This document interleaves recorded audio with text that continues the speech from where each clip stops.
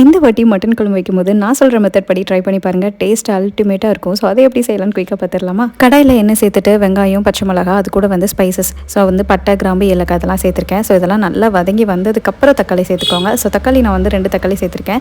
So தாராளமாக சேர்த்துக்கோங்க. அப்புறம் இஞ்சி பூண்டு பேஸ்ட் ரா ஸ்மெல் போனதுக்கப்புறம் தான் நான் மட்டன் வந்து இங்கே சேர்த்துருக்கேன். ஸோ அதை வந்து நான் வீடியோவில் ஸ்கிப் பண்ணியிருக்கேன். ஸோ அதுக்கப்புறம் இந்த மட்டன் கூட மசாலாஸ் எல்லாமே சேர்த்துடலாம். நான் இன்றைக்கி வீட்டில் அரைச்ச மசாலாஸ் தான் எல்லாமே ஆட் பண்ணியிருக்கேன். மிளகாப்பொடி, மஞ்சள் பொடி, மல்லிப்பொடி இதெல்லாம் சேர்த்து நல்லா மிக்ஸ் பண்ணி எடுத்துக்கோங்க. மசாலாலாம் மட்டனோட கோட்டாகி நல்லா பாயில் பண்ணி வரணும். ஸோ அந்த டைமில் வந்து நம்ம இங்கே ஒரு பேஸ்ட்டு சேர்க்க போகிறோம். ஸோ அதுக்கு முன்னாடி நான் வந்து சால்ட்டும் சேர்த்துருக்கேன். ஸோ இன்றைக்கி என்ன பேஸ்ட்டுக்கு வந்து நம்ம தேங்காய், சின்ன வெங்காயம், அது கூட வந்து நான் இன்றைக்கி ஆல்மண்ட்ஸ் வந்து சேர்த்துருக்கேன். ஸோ அதை வந்து நல்லா ஊற வச்சு சேர்த்துக்கோங்க. ஸோ அதுதான் இந்த கெட்டி குழம்போட சீக்ரெட் இன்க்ரீடியன்ட். ஸோ சூப்பராக இருக்கும் மட்டன் கெட்டி குழம்பு. ஸோ அதுக்கு முன்னாடி நம்ம வந்து கடைசியாக வந்து மல்லித்தலை சேர்த்து இறக்கி நம்ம சூடான ரைஸ் கூட சர்வ் பண்ணோம் அப்படின்னா சூப்பராக ரெடி ஆயிரும். ஸோ கண்டிப்பாக இந்த வாட்டி உங்கள் வீட்டில் இந்த குழம்பு ட்ரை பண்ணி பாருங்கள். அண்ட் நம்ம வீடியோவை சப்ஸ்கிரைப் பண்ண மறந்துடாதீங்க. பாய்.